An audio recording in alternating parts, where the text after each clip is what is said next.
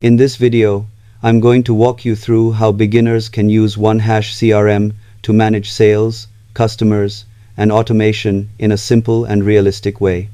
OneHash is positioned as an all-in-one business platform, combining CRM with accounting, sales, purchasing, inventory, HR, and operations, which can be useful for startups and small to medium-sized businesses looking to keep everything in one system.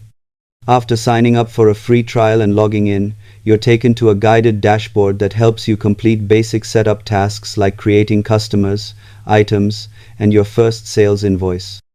The left side menu gives access to modules such as accounting, buying, selling, stock, and CRM, and each section includes built-in instructions to reduce the learning curve. Inside the CRM, you can manage leads, track your sales pipeline, add customers, and view reports from a central dashboard. While OneHash offers broad functionality, how effective it is depends on your business size, workflow needs, and how much time you invest in setup and customization, as no CRM automates success on its own. Subscribe for honest software tutorials that help you choose tools wisely and use them effectively.